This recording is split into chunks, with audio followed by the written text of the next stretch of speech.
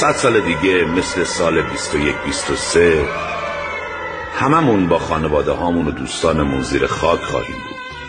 غریبه ها توی خونه هامون که ما سخت کار کردیم و ساختیمشون زندگی خواهند کرد و یکی دیگه صاحب همه چیزهایی میشه که امروز مال ماست.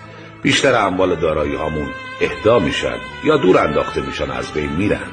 از جمله ماشینی که یه مبلغ هنگفتی صرفش کردیم و احتمالاً آهن قراضه میشه. نوادگانمون به زور بدونن ما کی هستیم و نه ما رو یادشون میاد. چند نفر از ما میدونه پدر بزرگش کی بوده. بعد از اینکه میمیریم چند سال به یادمون هستند و چند دهه بعد حتی خاطره هم نخواهیم بود. اگر یک روز مکث کنیم و این سوالات رو تحلیل و آنالیز کنیم شاید متوجه بشیم چقدر نگرانی راجع به